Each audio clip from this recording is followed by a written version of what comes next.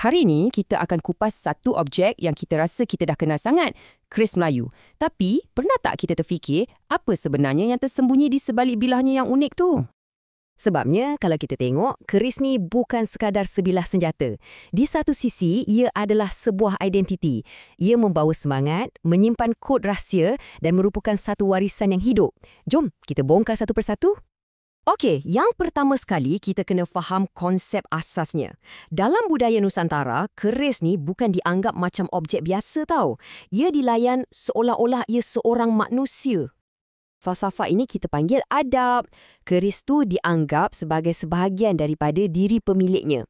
Sebab itulah secara tradisi, seorang anak akan dihadiahkan keris sejak lahir lagi.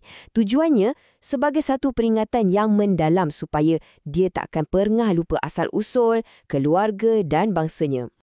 Dan falsafah ni jelas ditunjukkan dalam cara keris dihunus. Perasan tak? Kita bukan tarik bilah dari sarung, tapi kita tarik sarung dari bilah. Sama macam kita menanggalkan pakaian dari badan. Nampak macam perbezaan kecil, tapi ia menunjukkan penghormatan yang sangat tinggi. Okey, daripada simbol fizikal, sekarang kita masuk ke lapisan yang lebih dalam. Keris ni bukan sahaja simbol diri, tapi ia juga dipercayai sebagai rumah atau wadah untuk semangat. Ada jiwa di dalam besinya. Ni bukan cakap-cakap kosong. Seorang guru silat, Major Fitri, pernah berkongsi pengalaman dia memegang sebilah keris yang istimewa. Dia kata perasaannya sangat kuat sebab keris yang dipegangnya tu dikatakan ada jin atau semangat yang mendiaminya. Jadi, apa kisah di sebalik semangat tu? Dikatakan ia adalah roh seorang pahlawan zaman dulu. Bilahnya pula dahsyat, pernah membunuh lebih 500 orang. Tapi sebab pemiliknya bertaubat, dia pun buang bilah tu ke laut. Yang paling ajaib, bilah tu boleh kembali semula ke sarungnya di darat. Ini menunjukkan ada satu ikatan gaib yang sangat kuat. Persoalannya, macam mana semangat boleh masuk ke dalam keris? Salah satu jawapannya mungkin ada pada cara ia ditempa. Ada satu teknik yang memang macam tak masuk akal. Namanya keris picit. Bayangkan, seorang tukang yang dipanggil empu, dia tak guna penukul. Dia bentuk besi yang panas membara tu guna jari dia je. Macam mana dia boleh buat macam tu? Ini bukan kemahiran biasa. Ia datang dari disiplin rohani yang sangat tinggi. Empu ni akan gunakan zikir dan ilmu kebatinan untuk memerintah besi tu supaya jadi lembut. Jadi, proses menempa tu sendiri dah jadi satu amalan spiritual yang menyemai jiwa ke dalam bilah. Jadi, keris ni adalah identiti, ada semangat. Tapi, ada satu lagi lapisan rahasia yang lebih besar. Keris juga adalah satu kod penentangan, satu rahsia yang ditempa dalam besi untuk tujuan kolektif. Sebenarnya, selama 135 tahun, pihak British tahu ada satu kumpulan rahsia Melayu yang menentang mereka. Mereka kaji, mereka cuba faham, tapi mereka langsung tak dapat pecahkan kod pergerakan ni. Jadi, persoalannya, macam mana mereka boleh bergerak secara rahsia betul-betul depan mata semua orang? Jawapannya terletak pada tahap kerahsiaan dan kehalusan yang melampau. Prinsip mereka mudah je, berada di mana-mana tapi tak dapat dilihat. Ini antara taktik mereka. Mereka ada dua identiti. Siang hari mungkin nampak macam petani biasa. Mereka guna bahasa berkod, simbol-simbol terbalik dan semuanya berpegang pada satu prinsip teras yang dipanggil Sir Wahaza, iaitu doktrin kerahsiaan mutlak dan kewaspadaan yang sangat tinggi.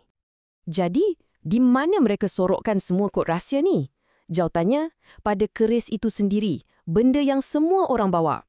Ukiran yang kita nampak cantik sebagai hiasan tu mungkin sebenarnya adalah simbol rahsia, mesej tersembunyi yang hanya difahami oleh ahli kumpulan mereka.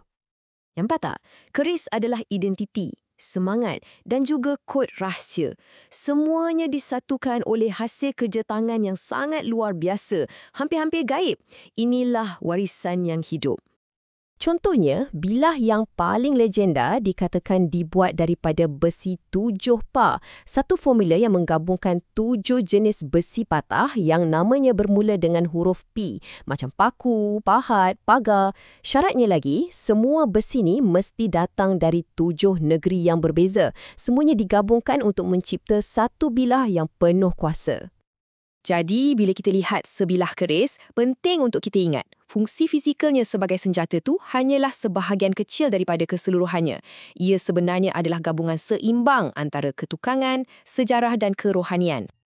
Perjalanan keris ni sangat panjang.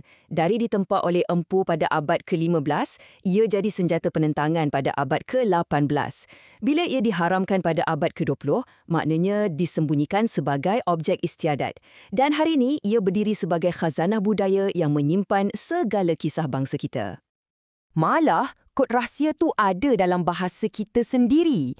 Kita selalu dengar peribahasa nyawa di hujung tanduk kan? Maksudnya keadaan bahaya. Tapi ada makna rahsia di sebaliknya. Penawar nyawa sebenarnya ada di hulu, yang selalunya dibuat dari tanduk keris. Satu lagi rahsia yang tersembunyi depan mata. Jadi, jelas sekali, keris ni bukan sekadar artifak atau peninggalan masa lalu. Ia sebenarnya sebuah perpustakaan yang ditempa dari besi yang membawa bersamanya falsafah, semangat dan seluruh sejarah rahsia sesebuah bangsa. Dan ini membuatkan kita tertanya-tanya, kan?